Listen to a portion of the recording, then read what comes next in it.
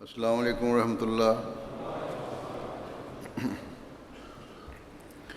اشہد ان لا الہ الا اللہ وحدہ لا شریک لہ واشہد ان محمدا عبدہ ورسولہ۔ اما بعد فاعوذ باللہ من الشیطان الرجیم۔ بسم اللہ الرحمن الرحیم۔ الحمد للہ رب العالمین۔ الحمد للہ رب العالمین۔ الرحمن الرحیم مالک یوم الدین۔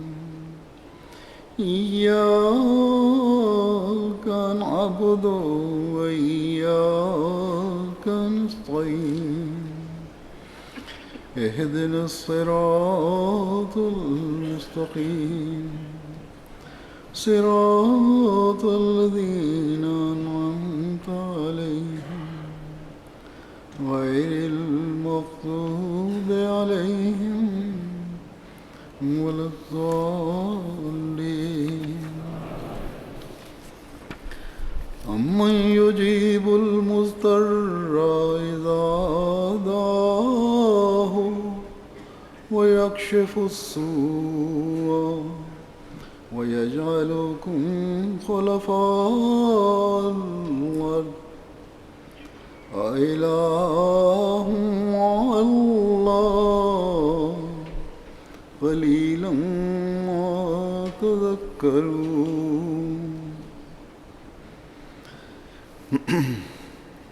اس آیت کا یہ ترجمہ ہے کہ یا پھر وہ کون ہے جو بے قرار کی دعا قبول کرتا ہے جب وہ اسے پکارے اور تکلیف دور کر دیتا ہے اور تمہیں زمین کے وارث بناتا ہے؟ کیا اللہ کے ساتھ کوئی اور معبود ہے؟ بہت کم ہے جو تم نصیحت پکڑتے ہو۔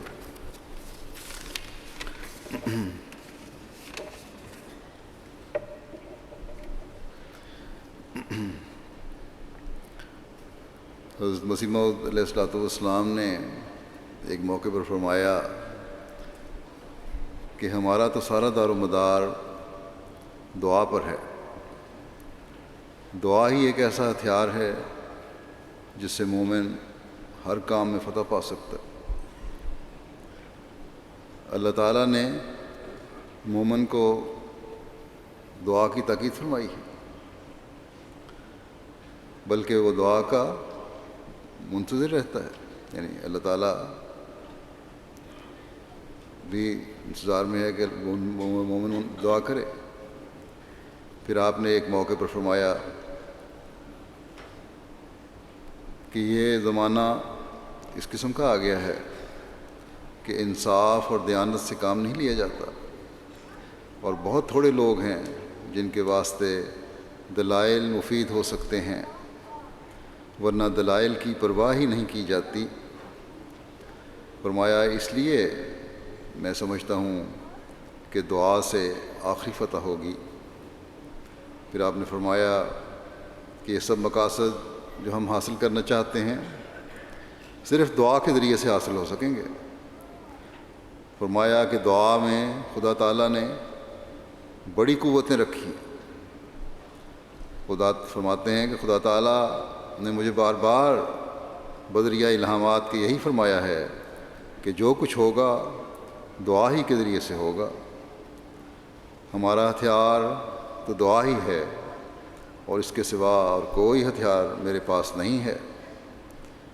فرمایا جب ہماری دعائیں ایک نقطے پر پہنچ جائیں گی تو جھوٹے خود بخود تباہ ہو جائیں گے۔ آپ نے کئی مواقع پر افراد جماعت کو بار بار تاکید فرمائی کہ تقویٰ پر قائم ہو، خدا تعالیٰ سے تعلق پیدا کرو، دعاؤں کی طرف توجہ کرو. بس یہ وہ بنیادی چیز ہے جسے ہمیں ہر وقت سامنے رکھنا چاہیے. دعاؤں کے معیار بلند کرنے اور دعاؤں کی طرف بہت زیادہ توجہ کی بہت ضرورت ہے. بس کسی احمدی کے دل میں کبھی یہ خیال نہیں آنا چاہیے کہ ان دنیا داروں کی طرف سے دی جانے والی تکالیف کا ہمیں دنیاوی طریق سے جواب دینا چاہیے. اگر ہم کبھی بھی یہ طریق اختیار کریں گے تو اس تعلیم کے خلاف چل رہے ہوں گے جو حضرت مسیح موعود علیہ السلام نے ہمیں دی ہے. اور نہ صرف اس تعلیم کے خلاف چل رہے ہوں گے بلکہ اللہ تعالیٰ کے فضلوں سے بھی محروم ہو رہے ہوں گے اور کبھی وہ نتائج حاصل نہیں کر سکتے جن کا وعدہ حضرت مسیح موعود علیہ السلام سے ہے.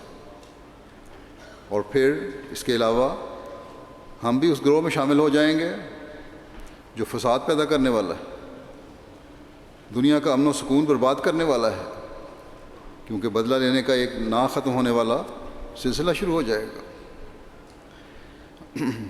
ہاں,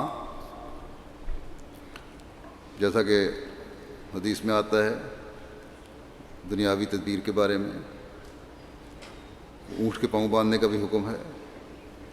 اس لیے ہم قانون کے دائرے میں رہتے ہوئے دنیاوی وسائل بھی استعمال کرتے ہیں اور کرنے چاہیے, اور یہ بات اللہ تعالیٰ اور اس کے رسول کے منشا کے مطابق ہے.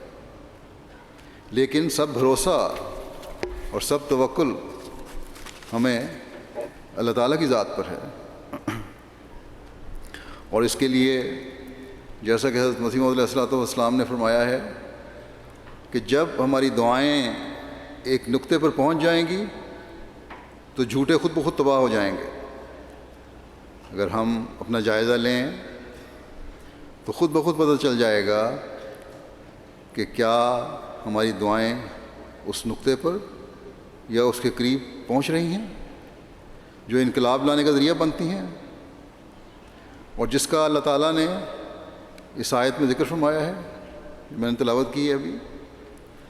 اللہ تعالیٰ فرماتا ہے کہ مضطر کی دعا قبول کرتا ہوں, اور اس کا ہم ترجمہ جو پڑھا گیا یہ کرتے ہیں کہ بے قرار کی دعا قبول کرتا ہوں. بہت سے لوگ کہہ دیتے ہیں کہ ہم بڑی بے قراری سے دعا کرتے ہیں لیکن وہ نتیجے نہیں نکل رہے جو نکلنے چاہیے. تو کیا ایسی لوگوں کی بات کو ہم سچ قرار دیں؟ یقیناً لوگوں کی باتیں غلط ہیں اور اللہ تعالیٰ کا کلام سچا ہے. بس اس بات کی تلاش کرنی ہوگی کہ کس طرح مضطر بننے کی ضرورت ہے, اور اس کے لیے ہمیں دیکھنا ہوگا کہ مضطر کے معنی کیا ہے. مضطر وہ ہے جو اپنے چاروں طرف مشکلات ہی مشکلات دیکھتا ہے اور کوئی دنیاوی اور مادی راستہ اسے ان مشکلات سے نکلنے کا نظر نہیں آتا, اور ایسے میں صرف اسے ایک راستہ دکھائی دیتا ہے جو اللہ تعالیٰ کی طرف جانے کا راستہ ہے. اسے یقین ہو کہ اللہ تعالیٰ کے پاس جانے سے ہی مجھے پناہ ملے گی, اور کوئی ذریعہ پناہ کا باقی نہیں رہا. گویا مضطر وہ ہے جس کے سب سامان کٹ جائیں, سب وسیلے ختم ہو جائیں اور کوئی وسیلہ نہ رہے. اس یقین سے اور اس بے قراری سے انسان دعائیں کرے, پھر اللہ تعالیٰ بھی اپنی بات پوری فرماتا ہے کہ وہ تکالیف اور مشکلات دور کر دیتا ہے. اور پھر یہ بھی شرط ہے کہ مستقل مزاجی سے اللہ تعالیٰ کے ساتھ چمٹا رہے۔ اس کیفیت اور حالت کو جب کہ صرف خدا تعالیٰ کی ذات کے علاوہ اور کچھ نظر نہ آئے، یہ خیال نہ آئے کہ دنیاوی طریقے ہمیں بچا سکتے ہیں، جیسا مخالف ہم سے کرتا ہے ہم بھی ویسا ہی کریں دنیاوی طریقے استعمال کر کے، نہیں، بلکہ خدا تعالیٰ کو ہی ملجا اور ماوا سمجھیں ایسے حالات میں۔ اس حالت کی دعا کو حضرت صلی اللہ علیہ وسلم نے اس طرح بیان فرمایا ہے کہ لا ملجا ولا منجا منک الا الیک۔ اس دعا کا تشریح ترجمہ حضرت مسلم موعود نے اس طرح کیا ہے، بڑا خوبصورت ترجمہ ہے کہ اے خدا،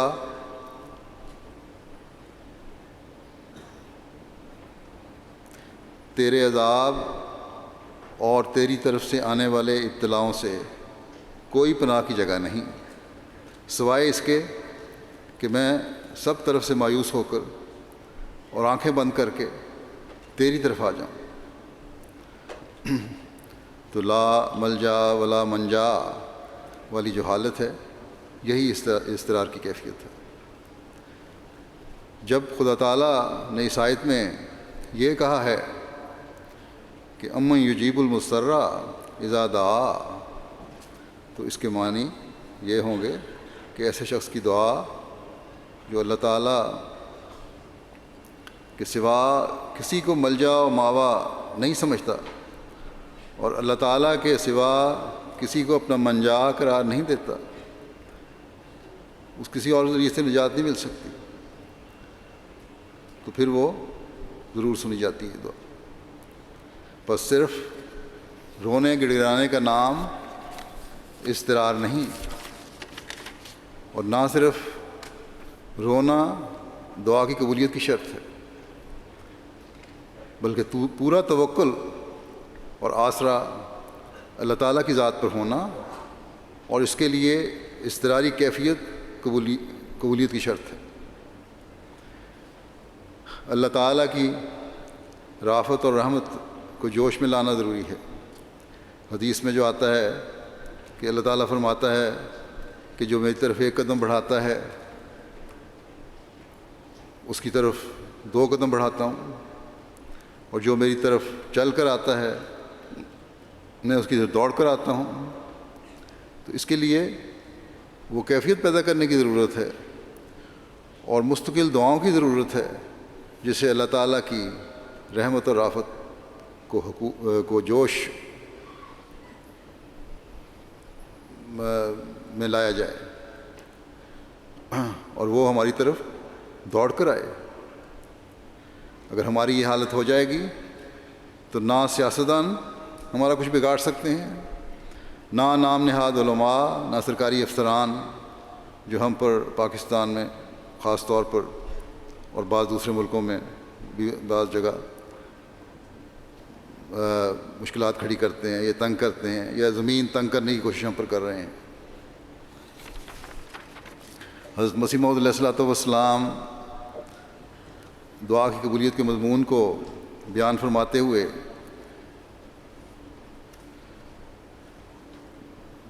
ایک جگہ فرماتے ہیں کہ وہ وہی قادر خدا ہے جو بے قراروں کی دعا سنتا ہے اور کبھی امیدواروں کو نا امید نہیں کرتا، اور جو شخص کی پناہ چاہتا ہے اس کو ضائع نہیں کرتا۔ اسی کو حمد اور جلال اور عظمت ہے، اور اس کے نشانوں پر نظر ڈال کر حیرت دامنگیر ہوتی ہے اور آنکھیں چشم پر آب ہو جاتی ہیں۔ پھر حضرت مسیح علیہ السلام فرماتے ہیں، یاد رکھو کہ خدا تعالیٰ بڑا بے نیاز ہے، جب تک کثرت سے اور بار بار اضطراب سے دعا نہیں کی جاتی وہ پرواہ نہیں کرتا۔ دیکھو کسی کی بیوی یا بچہ بیمار ہو یا کسی پر سخت مقدمہ آ جاوے تو ان باتوں کے واسطے اس کو کیسا اضطراب ہوتا ہے، پس دعا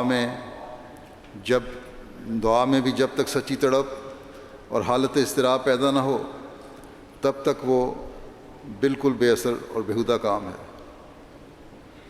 قبولیت دعا کے واسطے اضطراب شرط ہے، جیسا کہ فرمایا امن یجیب المضطر اذا دعاہ ویکشف السوء۔ پھر آپ نے فرمایا کہ جب انسان اخلاص اور توحید اور محبت اور صدق اور صفا کے قدم سے دعا کرتا فنا کی حالت تک پہنچ جاتا ہے، تب وہ زندہ خدا اس پر ظاہر ہوتا ہے۔ جو لوگوں سے پوشیدہ ہے، دعا کی ضرورت نہ صرف اس وجہ سے ہے کہ ہم اپنے دنیاوی مطالب کو پاویں، بلکہ کوئی انسان بغیر ان قدرتی نشانوں کے ظاہر ہونے کے جو دعا کے بعد ظاہر ہوتے ہیں اس سچے ذوالجلال خدا کو پا ہی نہیں سکتا، جس سے بہت سے دل دور پڑے ہوئے ہیں۔ بس یہ ہے اللہ تعالیٰ کے قبولیت دعا کے بارے میں ارشاد کی حقیقت، اور یہ ہے دعاؤں کی قبولیت کے لیے اپنی حالت کو بنانے کا طریقہ، جسے ہمیں مستقلاً اختیار کرنے اور اپنی زندگیوں کا حصہ بنانے کی ضرورت ہے۔ الہی جماعتوں پر امتحان، مشکلات اور مصائب کے دور آتے ہیں، لیکن یہ بھی اللہ تعالیٰ کا وعدہ ہے کہ وہ دعاؤں سے اس کیفیت سے مومنوں کو نکالتا ہے، اور نہ صرف نکالتا ہے اور تکالیف دور کرتا ہے بلکہ زمین کا وارث بھی بناتا ہے۔ بس ہمیں اللہ تعالیٰ کے قرب کی تلاش کی ضرورت ہے۔ ہمیں ایمان و ایقان میں ترقی کرنے کی ضرورت ہے۔ ہمیں اپنے آپ کو مستر بنانے کی ضرورت ہے، اور جتنی جلدی من حیث الجماعت ہم اپنی یہ حالت بنائیں گے اتنی جلد ہی دشمن کو ختم ہوتے اور ہوا میں اٹھتے دیکھیں گے۔ بعض دن اور ماحول بعض چیزوں کے لیے سازگار ہوتے ہیں۔ آج کل جلسے کے دن بھی ہمیں اس طرح توجہ دلانے والے ہونے چاہیے، اور عملی طور پر بھی ہمیں اپنی حالتوں میں یہ کیفیت پیدا کرنے والے ہونے چاہیے کہ ان دنوں میں خاص طور پر ہر بڑا چھوٹا مرد عورت دعاؤں کی طرف توجہ دیں۔ اپنا وقت فضول باتوں میں ضائع کرنے کے بجائے دعاؤں میں وقت گزاریں۔ نمازوں اور نوافل کے علاوہ چلتے پھرتے ذکر الہی کی طرف توجہ دیں، قرآنی دعاؤں کی طرف توجہ دیں، مسنون دعاؤں اور حضرت مسیح علیہ الصلوۃ والسلام کی دعاؤں کا ورد کرتے رہیں۔ ایک اضطراب اور اضطرار کی کیفیت اپنے اندر پیدا کریں تاکہ اللہ تعالیٰ کے فضلوں کو جلد سے جلد اور پہلے سے بڑھ کر اترتا دیکھیں۔ دشمن کو تو اپنی طاقت اور اپنی اکثریت اور اپنی حکومت پر گھمنڈ ہے، لیکن ہم ان حالات میں خالص ہو کر صرف اور صرف اللہ تعالیٰ کی ذات کو اپنا ملجا و ماوا بنائیں۔ اس وقت میں بعض دعائیں آپ کے سامنے رکھوں گا، جس کو یہ یاد ہیں وہ علاوہ اور دعاؤں کے ان کو بھی سامنے رکھیں۔ اسی طرح باقی افراد بھی، عورتیں بھی مرد بھی، زیادہ وقت جو بھی دعائیں یاد ہیں انہیں دل میں پڑھتے رہیں، ذکر الہی کرتے رہیں، اور درود شریف بھی ان دنوں میں بہت پڑھیں۔ جماعت کے خلاف جو دشمنی ہے وہ تو ہے ہی، آج کل پھر اس کے علاوہ بھی اس سے بھی بڑے صدمے کی جو بات ہے یہ ہے کہ حضرت صلی اللہ علیہ وسلم کے متعلق نازیبا الفاظ استعمال کیے جا رہے ہیں اور استہزاء کیا جا رہا ہے اور حرکتیں کی جا رہی ہیں ایسی۔ اللہ تعالیٰ ان مخالفین کے شر ان پر الٹائے۔ اس کے لیے درود شریف بھی بہت زیادہ پڑھیں۔ تو بہرحال جیسا کہ میں نے کہا، اس وقت میں بعض دعائیں ان کی مختصر وضاحت کے ساتھ آپ کے سامنے رکھوں گا تاکہ ان دعاؤں کا کچھ ادراک بھی ہو اور صرف منہ ہی سے نہ پڑھ رہے ہوں بلکہ اضطرار اور اضطراب بھی پیدا ہو ان کو پڑھتے ہوئے۔ یہ پیدا کرنے کے لیے ان دعاؤں کے مطالب اور معنی بھی سامنے ہونے چاہیے۔ دعاؤں کی قبولیت کے لیے سب سے ضروری چیز جو ہے وہ حضرت صلی اللہ علیہ وسلم پر درود کا بھیجا جانا۔ حضرت صلی اللہ علیہ وسلم نے فرمایا کہ جو دعا تم مجھ پر درود بھیجے بغیر کرتے ہو وہ زمین اور آسمان کے درمیان معلق ہو جاتی ہے، وہیں رک جاتی ہے۔ بس عرش کو ہلانے کے لیے، اللہ تعالیٰ کی محبت کو، اس کی رحمت کو، اس کی رافت کو جوش میں لانے کے لیے دعاؤں میں سب سے زیادہ ضروری دعا درود شریف ہے، جس کا ورد کرتے رہنا چاہیے۔ اور حضرت صلی اللہ علیہ وسلم پر درود بھیجنے کا حکم تو خود اللہ تعالیٰ نے ہمیں دیا ہے، جیسا کہ اللہ تعالیٰ فرماتا ہے ان اللہ و ملائکتہ یصلون علی النبی یا ایھا الذین آمنوا صلوا علیہ وسلموا تسلیما۔ یقیناً اللہ اور اس کے فرشتے نبی پر رحمت بھیجتے ہیں۔ اے وہ لوگو جو ایمان لائے ہو، تم بھی اس پر درود اور خوب درود سلام بھیجو۔ بس یہ اللہ تعالیٰ کا بھی حکم ہے کہ حضرت صلی اللہ علیہ وسلم پر درود بھیجا جائے۔ حضرت مسیح موعود علیہ السلام نے ایک موقع پر فرمایا کہ درود شریف کے فضائل اور تاثیرات اس قدر ہیں کہ بیان سے باہر ہیں۔ اس کا عامل نہ صرف ثواب کا مستحق ہوتا ہے بلکہ دنیا میں بھی معزز اور موقر ہوتا ہے۔ پھر آپ نے درود شریف کی اہمیت اور اس کے پڑھنے کی طریق اور اس کی برکات اور اس کی روح کے بارے میں اپنے خط میں جو میر عباس علی شاہ صاحب کو لکھا تھا یہ نصیحت فرمائی کہ آپ درود شریف کے پڑھنے میں بہت ہی متوجہ رہیں، اور جیسا کہ کوئی اپنے پیارے کے لیے فی الحقیقت برکت چاہتا ہے، ایسے ہی ذوق اور اخلاص سے حضرت نبی کریم صلی اللہ علیہ وسلم کے لیے برکت چاہیں اور بہت ہی تضرع سے چاہیں، اور اس تضرع اور دعا میں کچھ بناوٹ نہ ہو، بلکہ چاہیے کہ حضرت نبی کریم صلی اللہ علیہ وسلم سے سچی دوستی اور محبت ہو، اور فی الحقیقت روح کی سچائی سے وہ برکتیں حضرت صلی اللہ علیہ وسلم کے لیے مانگی جائیں کہ جو درود شریف میں مذکور ہیں۔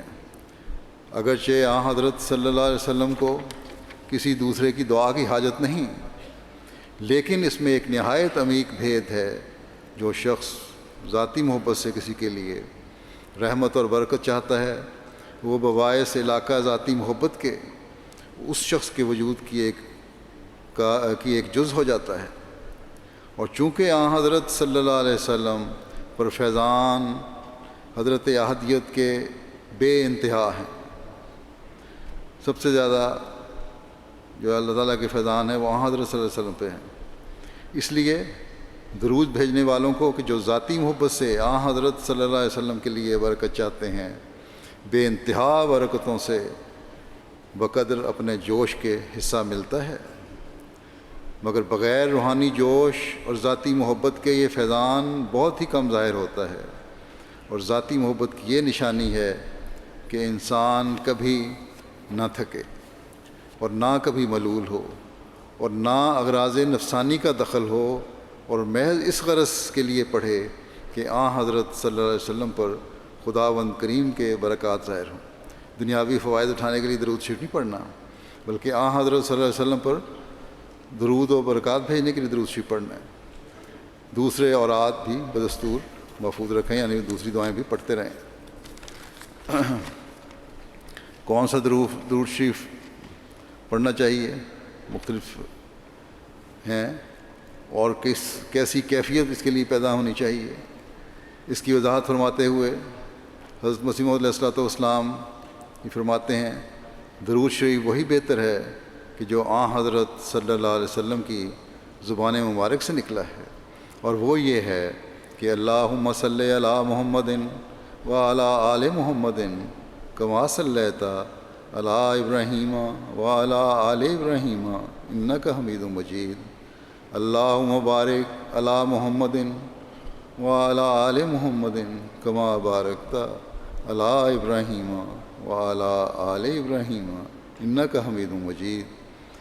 فرماتے ہیں غرض یہ سب اقسام درود شریف سے، یہی درود شریف زیادہ مبارک ہے، یہی اس عاجز کا ورد ہے، اور کسی تعداد کی پابندی کی ضرورت نہیں۔ اخلاص اور محبت اور حضور اور تضرع سے پڑھنا چاہیے، اور اس وقت تک ضرور پڑھتے رہنا چاہیے کہ جب تک ایک حالت رقت اور بے خودی اور تاثر کی پیدا ہو جائے، اور سینہ میں انشراح اور ذوق پایا جائے۔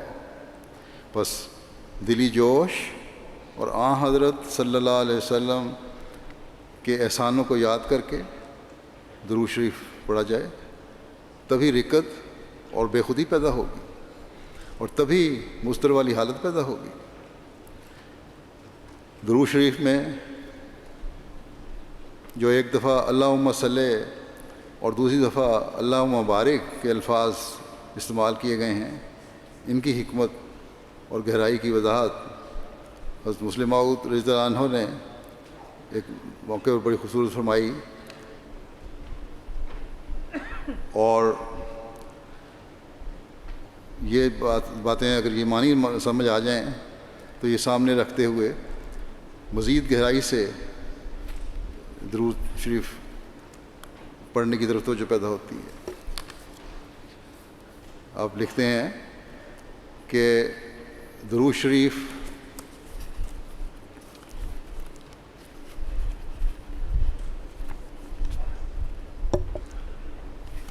بلکہ خطبے میں بیان فرمایا تھا ایک کہ درود شریف سب مسلمان پڑھتے ہیں، مگر ان کا اصل مفہوم اکثر نہیں سمجھتے۔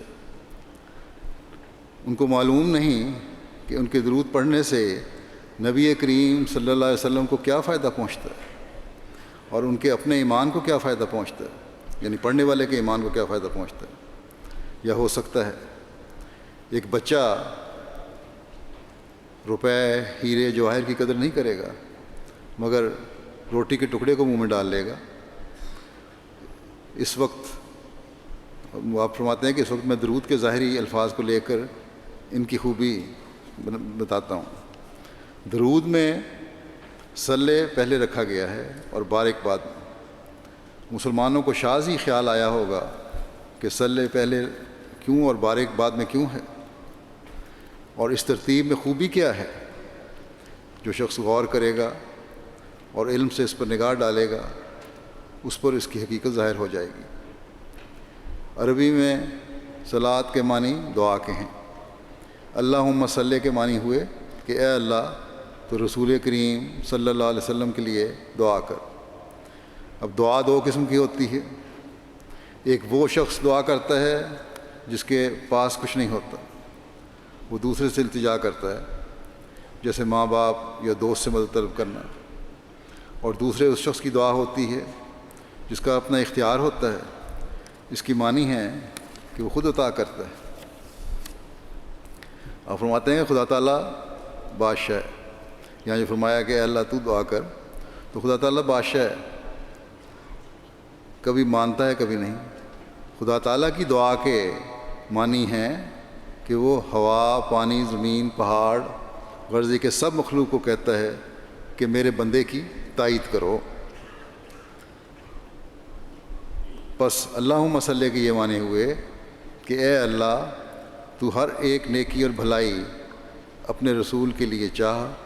ایک ہی دفعہ کا پڑھا ہوا درود اگر قبول ہو جاوے تو یہ بہت بڑی کامیابی ہے، ورنہ انسان جو دعا خود تجویز کرے گا وہ کامل دعا نہیں ہو سکتی، بلکہ اس میں نقص ہوگا، وہ ناقص ہوگی۔ بندہ اپنی عقل سے جو چاہے گا وہ ضرور ناقص ہوتا ہے، اس لیے بندہ خدا تعالیٰ سے کہتا ہے کہ تو چاہ، کیونکہ تیرا علم کامل ہے۔ اور بارک برکہ سے نکلا ہے، اس کے معنی اکٹھا ہونا، جمع ہونا ہے، اس لیے برکہ تالاب کو کہتے ہیں جہاں پانی جمع ہوتا ہے۔ اللہم بارک کے معنی ہوئے کہ اے اللہ تو نبی کریم صلی اللہ علیہ وسلم کے لیے اپنی رحمتیں، فضل اور انعامات جو تو نے ان پر کیے ہیں ان کو اتنا بڑھا کہ سارے جہان کی رحمتیں اور برکتیں ان پر اکٹھی ہو جاویں۔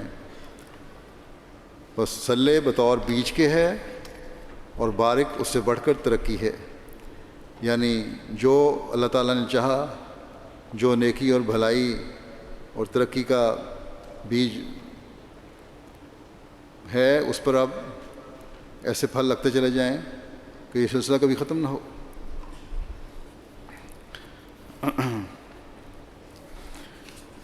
اس طرح بھی اس کو سمجھا جا سکتا ہے اور معنی ہوتے ہیں۔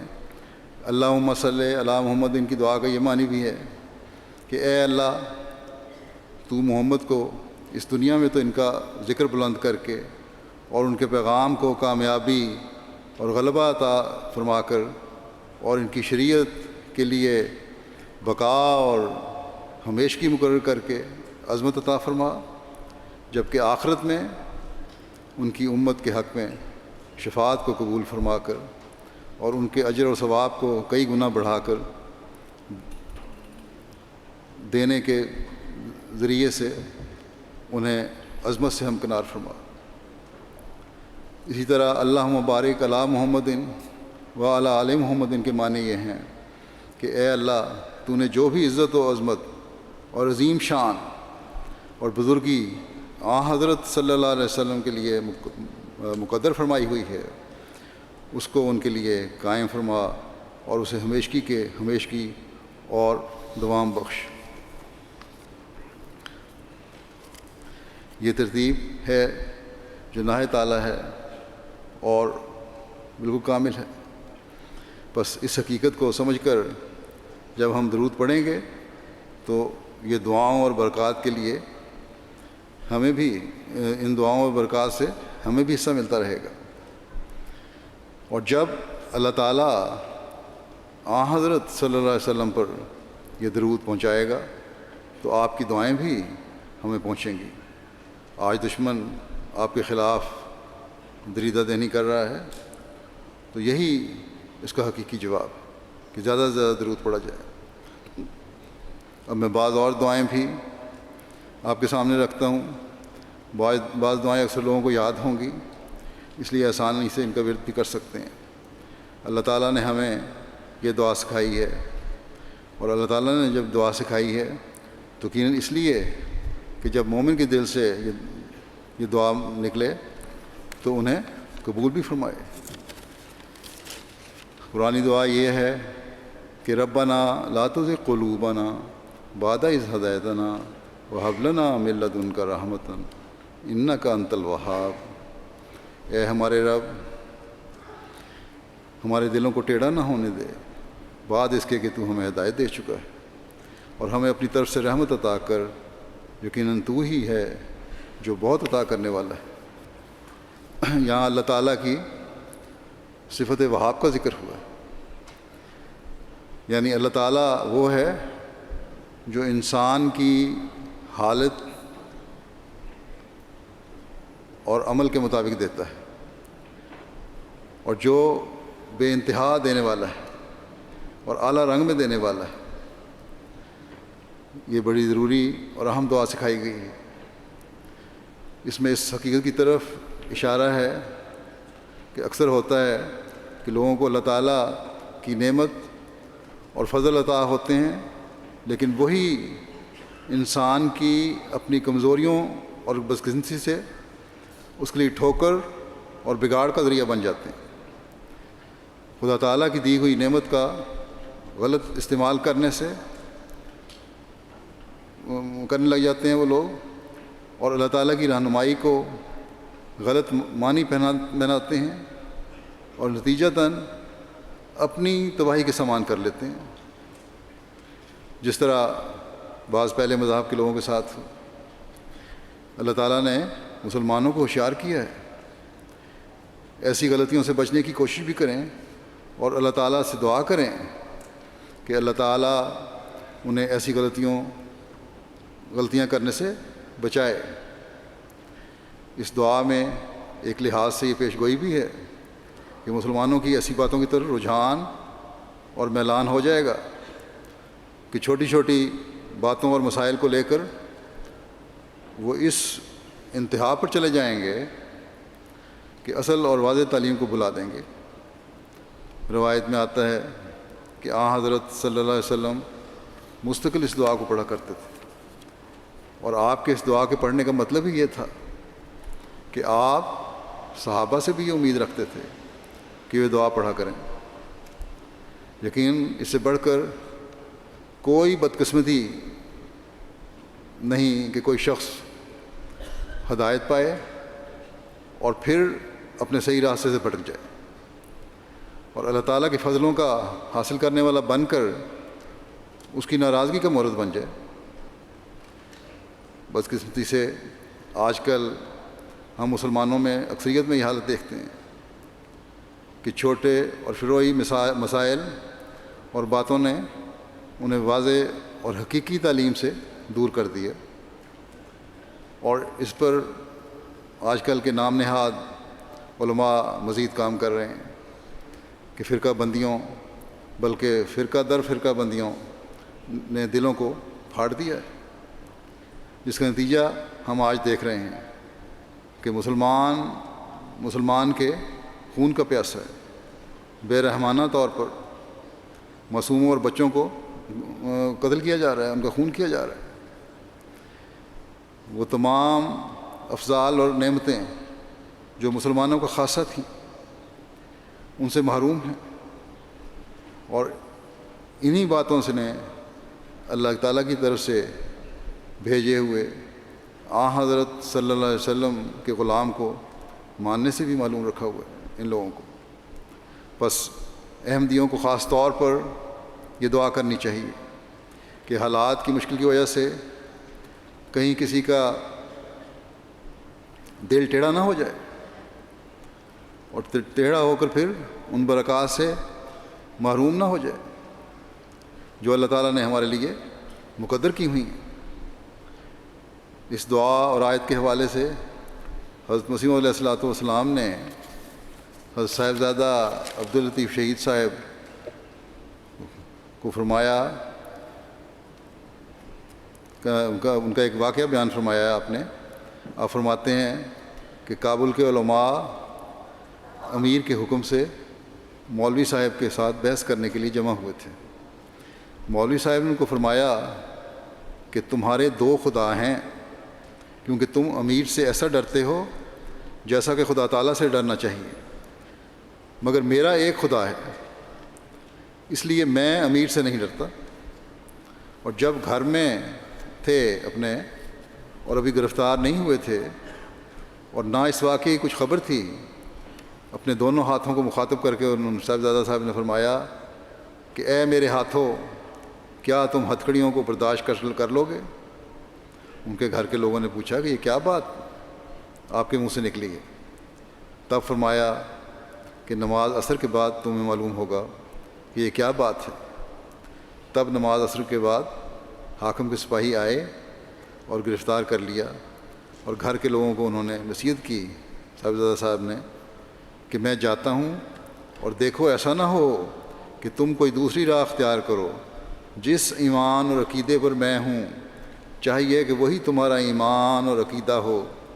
اور گرفتاری کے بعد راہ میں چلتے وقت کہا کہ میں اس مجمع کا نوشہ ہوں۔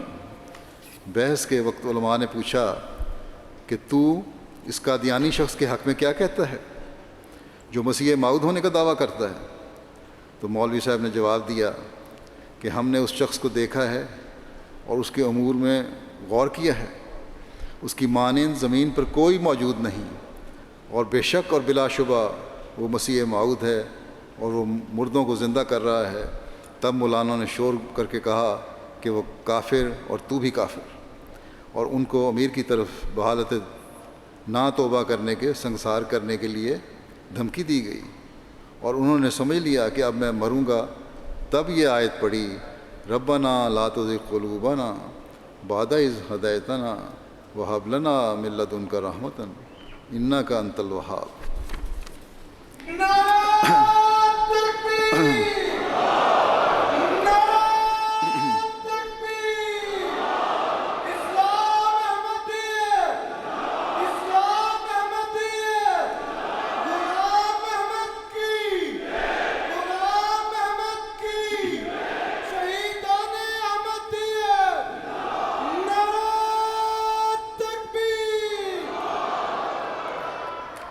پھر آپ نے اسی کو ترجمہ فرمایا ہے کہ یعنی اے ہمارے خدا، ہمارے دل کو لغزش سے بچا، اور بعد اس کے جو تو نے ہدایت دی ہمیں پھسلنے سے محفوظ رکھ، اور اپنے پاس سے ہمیں رحمت عطا عنایت کر، کیونکہ ہر ایک رحمت کا تو ہی بخشتا ہے۔ پس ایمان کی مضبوطی اور حالات کا مقابلہ کرنے اور اللہ تعالیٰ کے انعاموں کا وارث بننے کے لیے یہ دعا بہت ضروری ہے۔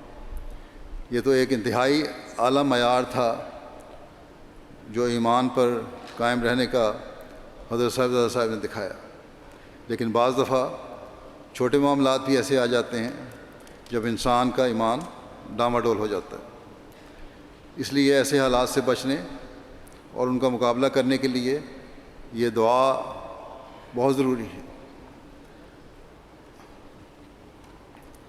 گناہوں سے بخشش، ثابت قدم رہنے اور کافر قوم کے خلاف مدد اور نصرت کے لیے اللہ تعالیٰ نے یہ دعا سکھائی۔ پھر ایک دعا ہے کہ ربنا اغفر لنا ذنوبنا و اسرافنا فی امرنا وثبت اقدامنا وانصرنا علی القوم الکافرین۔ اے ہمارے رب، ہمارے گناہ بخش دے اور اپنے معاملہ میں ہماری زیادتی بھی، اور ہمارے قدموں کو ثبات بخش اور ہمیں کافر قوم کے خلاف نصرت عطا کر۔ اس دعا کی وضاحت فرماتے ہوئے حضرت مسیح موعود علیہ السلام ایک جگہ فرماتے ہیں، سورۃ آل عمران میں خدا تعالیٰ نے اپنے بندوں کو یہ دعا سکھلائی ہے، اور وہ یہ ہے، ربنا اغفر لنا ذنوبنا و اسرافنا فی امرنا، یعنی اے ہمارے خدا، ہمارے گناہ بخش، اور جو اپنے کاموں میں ہم حد سے گزر جاتے ہیں وہ بھی ہمیں معاف فرما۔ بس ظاہر ہے کہ اگر خدا گناہ بخشنے والا نہ ہوتا تو ایسی دعا ہرگز نہ سکھلاتا۔ انسان کمزوریوں کا پتلا ہے، بہت سے معاملات میں کمزوریاں بلکہ گناہ سرزد ہو جاتے ہیں، اور اس زمانے میں جب دنیا کی چمک انتہا کو پہنچی ہوئی ہے اور قدم قدم پر شیطان مورچے لگا کر بیٹھا ہوا ہے، اللہ تعالیٰ کے فضل اور اس کی مدد سے ہی انسان گناہوں سے بچ سکتا ہے۔ ذاتی برائیاں بعض دفعہ جماعتی برائیاں بن کر ترقی میں روک بن جاتی ہیں، بس اللہ تعالیٰ نے اپنے گناہوں کی مغفرت اور اپنی حدود کے تجاوز کرنے کی وجہ سے ہمیں اللہ تعالیٰ کے فضلوں سے محروم رہنے سے بچنے کی یہ دعا سکھائی۔ اور جیسا کہ حضرت مسیح موعود علیہ السلام نے فرمایا ہے کہ اللہ تعالیٰ کی یہ دعا سکھانے کا مقصد ہی یہ ہے کہ اپنی زیادتیوں اور گناہوں کا احساس ہونے پر اللہ تعالیٰ سے مغفرت طلب کریں تو اللہ تعالیٰ بخش دیتا ہے۔ لیکن اس کا یہ مطلب ہی نہیں ہے کہ انسان بغیر احساس کے گناہ کرتا چلا جائے۔ پھر جمع کا صیغہ استعمال کیا گیا ہے، یہ مومنین کو ایک دوسرے کے لیے دعاؤں سے مدد کی طرف توجہ دلائی گئی ہے، یعنی انفرادی غلطیاں اور کمزوریاں جماعتی غلطیاں اور کمزوریاں بن کر ہمیں اللہ تعالیٰ کے فضلوں سے محروم نہ کر دیں، اور کافر اور مخالفین ہم پر زیادتیوں میں بڑھتے نہ چلے جائیں، بلکہ ہم من حیث الجماعت تو اس سے مانگتے ہیں کہ ہماری ذاتی کمزوریوں اور گناہوں کو بھی بخش دے، اور جماعتی کمزوریوں اور ذاتیوں کو بھی معاف فرما، اور دشمن کے خلاف ہماری مدد فرما۔ پھر اللہ تعالیٰ نے ہمیں ایک دعا سکھائی جو استغفار کرنے، اللہ تعالیٰ سے بخشش مانگنے اور رحم مانگنے کے لیے ہے، اور وہ دعا ہے ربنا ظلمنا انفسنا وإن لم تغفر لنا وترحمنا لنکونن من الخاسرین، کہ اے ہمارے رب، ہم نے اپنی جانوں پر ظلم کیا، اور اگر تو نے ہمیں معاف نہ کیا اور ہم پر رحم نہ کیا تو یقیناً ہم گھاٹا کھانے والوں میں سے ہو جائیں گے۔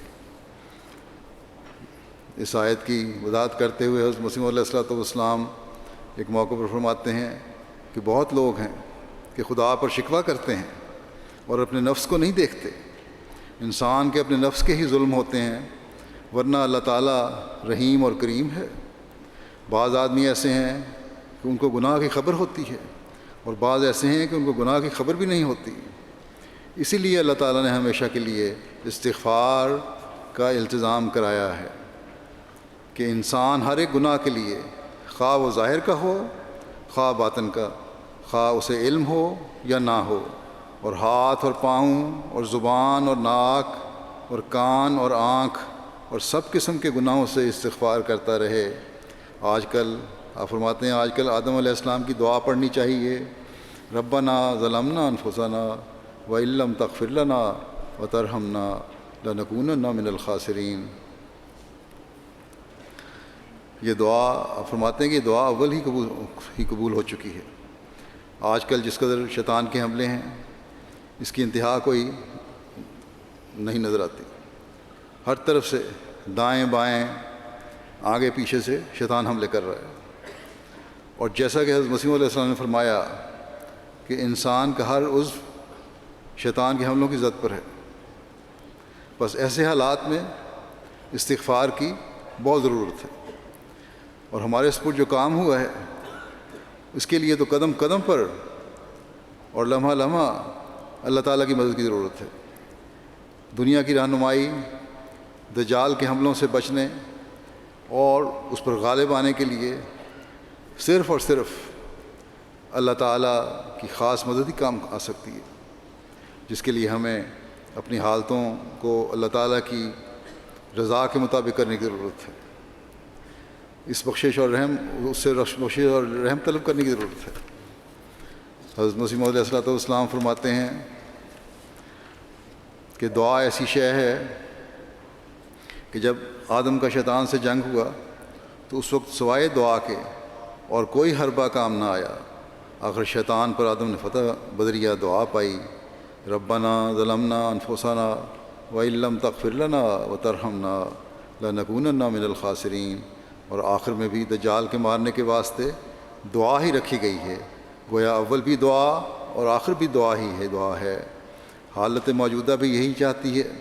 تمام اسلامی طاقتیں کمزور ہیں، اور ان موجودہ اسلحہ سے وہ کیا کام کر سکتی ہیں؟ اب ان کفر وغیرہ پر غالب آنے کے واسطے اسلحے کی ضرورت بھی نہیں، آسمانی حربے کی ضرورت ہے۔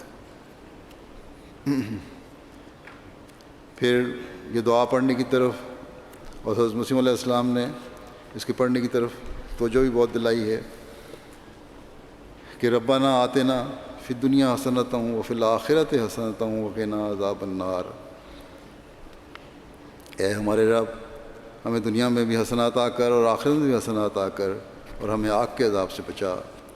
حضرت مسیح علیہ السلام فرماتے ہیں کہ توبہ انسان کے واسطے کوئی زائد یا بے فائدہ چیز نہیں ہے، اور اس کا اثر صرف قیامت پر ہی منحصر نہیں، بلکہ اس سے انسان کی دنیا اور دین دونوں سنور جاتے ہیں، اور اسے اس جہان میں اور آنے والے جہان دونوں میں آرام اور خوشحالی نصیب ہوتی ہے۔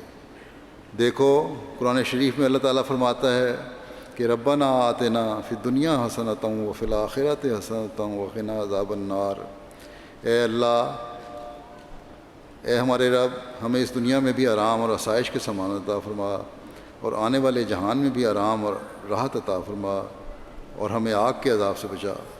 آپ فرماتے ہیں دیکھو، دراصل ربنا کے لفظ میں توبہ ہی کی طرف ایک باریک اشارہ ہے، کیونکہ ربنا کا لفظ چاہتا ہے کہ وہ بعض اور ربوں کو جو اس نے پہلے بنائے ہوئے تھے ان سے بیزار ہو کر اس رب کی طرف آیا ہے، اور یہ لفظ حقیقی درد اور گداز کے سوا انسان کے دل سے نکل ہی نہیں سکتا۔ بس جب ربنا کہتے ہیں تو یہ سوچنا بھی چاہیے کہ دل سے نکلنا چاہیے کہ سب رب چھوڑ دیے، ایک ہی رب کو پاس میں آیا ہوں۔ آپ فرماتے ہیں رب کہتے ہیں بتدریج کمال کو پہنچانے والے اور پرورش کرنے والے کو۔ اصل میں انسان نے بہت سے ارباب بنائے ہوئے ہوتے ہیں، اپنے ہیلوں اور دغا بازیوں پر اسے پورا بھروسہ ہوتا ہے، تو وہی اس کے رب ہیں۔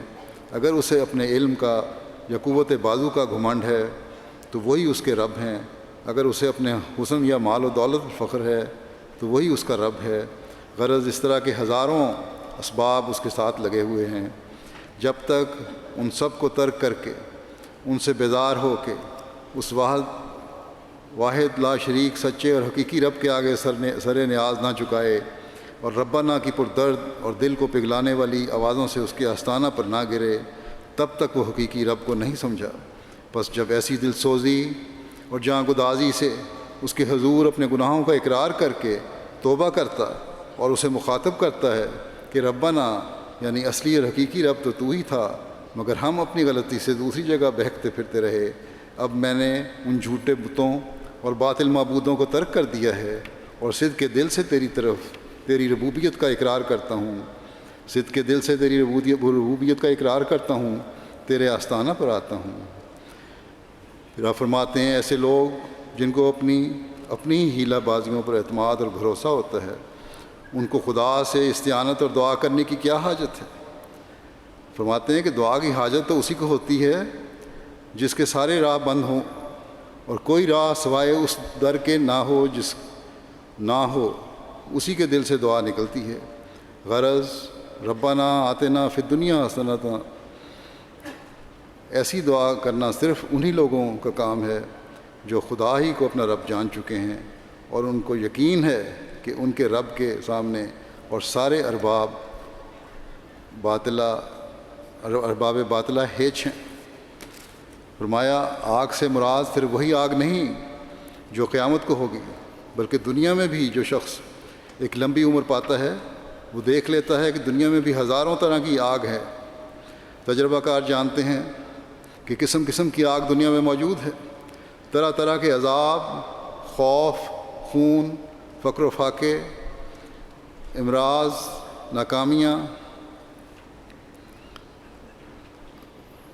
ذلت و ادبار کے اندیشے، ہزاروں قسم کے دکھ، اولاد، بیوی وغیرہ کے متعلق تکالیف اور رشتہ داروں کے ساتھ معاملات میں الجھن، غرض یہ سب آگ ہے۔ تو مومن دعا کرتا ہے کہ ساری قسم کی آگوں سے ہمیں بچا، جب ہم نے تیرا دامن پکڑا ہے تو ان سب عوارض سے جو انسانی زندگی کو تلخ کرنے والے ہیں اور انسان کے لیے وہ منزلہ آگ ہیں، بچائے رکھ۔ ان قرآنی دعاؤں کے علاوہ دو اور دعاؤں کی طرف بھی توجہ دلانا چاہتا ہوں، یہ عموماً لوگوں کو یاد بھی ہیں۔ ان میں سے ایک حضرت صلی اللہ علیہ وسلم کی بتائی ہوئی دعا ہے، اور دوسری حضرت مسیح علیہ الصلوۃ والسلام کی دعا دشمن کے شر سے بچنے کے لیے اور کامیابیوں کے لیے۔ جو دعا حضرت صلی اللہ علیہ وسلم نے سکھائی وہ یہ ہے: اللہم انا نجعلک فی نحورہم ونعوذ بک من شرورہم۔ حدیث میں آتا ہے، ابو بردہ بن عبداللہ اپنے والد سے روایت کرتے ہیں کہ نبی کریم صلی اللہ علیہ وسلم کو جب کسی قوم کی طرف سے کوئی خطرہ محسوس ہوتا تو آپ یہ دعا پڑھتے: اللہم انا نجعلک فی نحورہم ونعوذ بک من شرورہم۔ اے اللہ، ہم تجھے ان کے سینوں میں ڈالتے ہیں اور ان کی شرارتوں سے تیری پناہ طلب کرتے ہیں۔ آج کل خاص طور پر بعض ملکوں میں، جیسے پہلے ہی میں نے کہا، جماعت کو خطرات کا پہلے سے زیادہ سامنا ہے۔ حکومت بھی اور عدلیہ بھی اور نام نہاد علماء بھی ہمارے خلاف ہیں، اور ہر ذریعہ نقصان پہنچانے کا اپنے اختیارات کے تحت ہم استعمال کرنا چاہتے ہیں۔ بس ایسے حالات میں ہمارے لیے کوئی راستہ نہیں سوائے اس کے کہ پہلے سے بڑھ کر خدا تعالیٰ کے آگے جھکیں اور دشمن کے شر سے محفوظ رہنے کے لیے، اس کے ختم ہونے کے لیے دعائیں کریں، نوافل میں بھی اور چلتے پھرتے بھی دعائیں کریں۔ ہمارے پاس کوئی ہتھیار نہیں ہے، کوئی طاقت نہیں ہے، لیکن یہ دعا جو آن حضرت صلی اللہ علیہ وسلم نے ہمیں سکھائی ہے، یقیناً یہ دشمن کے شر ان پر الٹا کر ان کو ختم کرنے کی طاقت رکھتی ہے، بشرطے کہ سچے دل کے ساتھ اور اللہ تعالیٰ پر کامل یقین رکھتے ہوئے ہم یہ دعا کریں۔ یقیناً ہماری دعائیں پھر دنیا کے لیے عبرت کا موجب بن جائیں گی، عبرت حاصل کرنے والی ہوگی دنیا۔ پھر حضرت مسیح موعود علیہ الصلوۃ والسلام کی بھی ایک دعا ہے جس کے بارے میں آپ نے فرمایا کہ مجھے یہ دعا القاء ہوئی ہے، یعنی رب کل شیء خادموں کا رب فاحفظنی وانصرنی وارحمنی۔ آپ فرماتے ہیں اس کو بیان کرتے ہوئے کہ رات کو میری ایسی حالت تھی کہ اگر خدا کی وحی نہ ہوتی تو میرے اس خیال میں کوئی شک نہ تھا کہ میرا آخری وقت ہے۔ اسی حالت میں میری آنکھ لگ گئی تو کیا دیکھتا ہوں کہ ایک جگہ پر میں ہوں اور وہ کوچہ سربستہ سا معلوم ہوتا ہے کہ 3 بھینسیں آتے ہیں، ایک ان میں سے میری طرف آیا تو میں نے اسے مار کر ہٹا دیا، پھر دوسرا آیا تو اسے بھی ہٹا دیا، پھر تیسرا آیا اور وہ ایسا پرزور معلوم ہوتا تھا کہ میں نے خیال کیا کہ اب اس سے مفر نہیں، اس سے نہیں بچا جا سکتا۔ خدا تعالیٰ کی قدرت کہ مجھے اندیشہ ہوا تو اسی نے اپنا تو اس نے بنی بیل نے اپنا منہ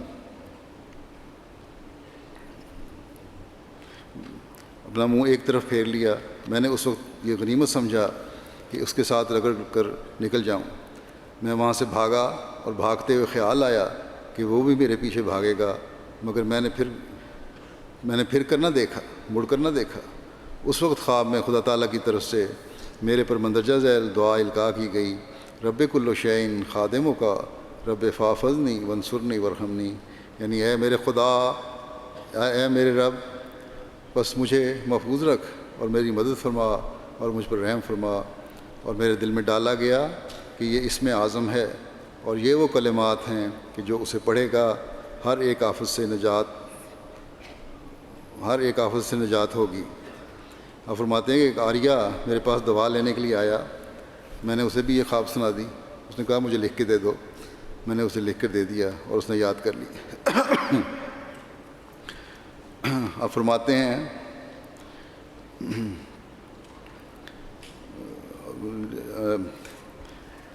اس میں اخبار نے لکھنے والے نے لکھا ہے، رپورٹ دینے والے نے اس موقع کی بات کہ مغرب کی نماز پڑھ کر حضرت اقدس تشریف لے گئے اندر، اور کوئی 1 گھنٹے بعد مسجد میں دوبارہ تشریف لائے اور فرمایا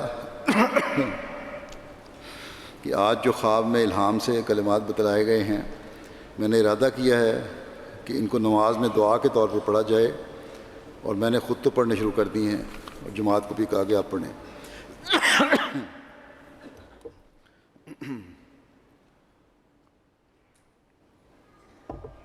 حضرت مسیح موعود علیہ الصلوۃ والسلام فرماتے ہیں کہ یہ دعا ایک حرز اور تعویذ ہے۔ پھر میں اس دعا کو اب التزاماً ہر نماز میں پڑھا کروں گا اور آپ بھی پڑھا کریں۔ فرمایا کہ اس میں بڑی بات جو سچی توحید سکھاتی ہے، یعنی اللہ جل شانہ کو ہی زار اور نافع یقین دلاتی ہے، یہ ہے کہ اس میں سکھایا گیا ہے کہ ہر شے تیری خادم ہے، یعنی کوئی مضی اور مضر شے تیرے ارادے اور اذن کے بغیر کچھ بھی نقصان نہیں کر سکتی۔ دعاؤں کی طرف توجہ دلاتے ہوئے حضرت مسیح موعود علیہ الصلوۃ والسلام فرماتے ہیں کہ یاد رکھو، رحمانیت کا خاصہ یہی ہے کہ وہ رحیمیت سے فیض اٹھانے کے قابل بنا دے۔ اس لیے خدا تعالیٰ نے جو ادعونی استجب لکم فرمایا، یہ نیری لفاظی نہیں ہے بلکہ انسانی شرف اس کا متقاضی ہے۔ مانگنا انسانی خاصہ ہے، اور جو استجابت جو اللہ تعالیٰ کا نہیں وہ ظالم ہے۔ دعا ایک ایسی سرور بخش کیفیت ہے کہ مجھے افسوس ہوتا ہے کہ میں کن الفاظ میں اس لذت اور سرور کو دنیا کو سمجھاؤں. یہ تو محسوس کرنے ہی سے پتہ لگے گا. مختصر یہ کہ دعا کے لوازمات سے اول ضروری یہ ہے کہ اعمال صالحہ اور اعتقاد پیدا کریں، کیونکہ جو شخص اپنے اعتقادات کو درست نہیں کرتا اور اعمال صالحہ سے کام نہیں لیتا اور دعا کرتا ہے، وہ گویا خدا تعالیٰ کی آزمائش کرتا ہے. تو بات یہ ہے، فرمایا کہ بات یہ ہے کہ اہدنا الصراط المستقیم کی دعا میں یہ مقصود ہے کہ ہمارے اعمال کو اکمل اور اتم کر، اور پھر یہ کہہ کر کہ صراط الذین انعمت علیہم، اور بھی صراحت کر دی کہ ہم اس صراط کی ہدایت چاہتے ہیں جو منعم علیہ گروہ کی راہ ہے، اور مغضوب گروہ کی راہ سے بچا جن پر بدعمالیوں کی وجہ سے عذاب الہی آ گیا. اور الضالین کہہ کر یہ دعا تعلیم کی کہ اس سے بھی محفوظ رکھ کہ تیری حمایت کی بدوں ہم بھٹکتے پھریں. آپ فرماتے ہیں بہت سے لوگ دعا کو ایک معمولی چیز سمجھتے ہیں، سو یاد رکھنا چاہیے کہ دعا یہی نہیں کہ معمولی طور پر دعا پڑھ کر ہاتھ اٹھا کر بیٹھ گئے اور جو کچھ آیا منہ میں کہہ دیا. اس دعا سے کوئی فائدہ نہیں ہوتا، کیونکہ دعا ایک منتر کی طرح ہوتی ہے. کیونکہ یہ دعا ایک منتر کی طرح ہوتی ہے. منتر پڑھ لیا، کوئی دل سے نہ نکلی آواز، نہ اس میں دل شریک ہوتا ہے، نہ اللہ تعالیٰ کی قدرتوں اور طاقتوں پر کوئی ایمان ہوتا ہے. یاد رکھو دعا ایک موت ہے، اور جیسے موت کا وقت اضطراب اور بے قراری ہوتی ہے، اسی طرح پر دعا موت کے وقت اضطراب اور بے قراری ہوتی ہے، اسی طرح پر دعا کے لیے بھی ویسا ہی اضطراب اور جوش ہونا ضروری ہے. اس لیے دعا کے واسطے پورا اضطراب اور گدازش جب تک نہ ہو بات نہیں بنتی. بس چاہیے کہ راتوں کو اٹھ کر نہایت تضرع اور زاری و ابتحال کے ساتھ خدا تعالیٰ کے حضور اپنی مشکلات پیش کرے، اور اس دعا کو اس حد تک پہنچاوے کہ ایک موت کسی صورت واقعہ ہو جاوے. اس وقت کی دعا قبولیت کا درجے تک پہنچتی ہے. اللہ تعالیٰ ہمیں دعاؤں کو ان کا حق ادا کرتے ہوئے کرنے کی توفیق عطا فرمائے.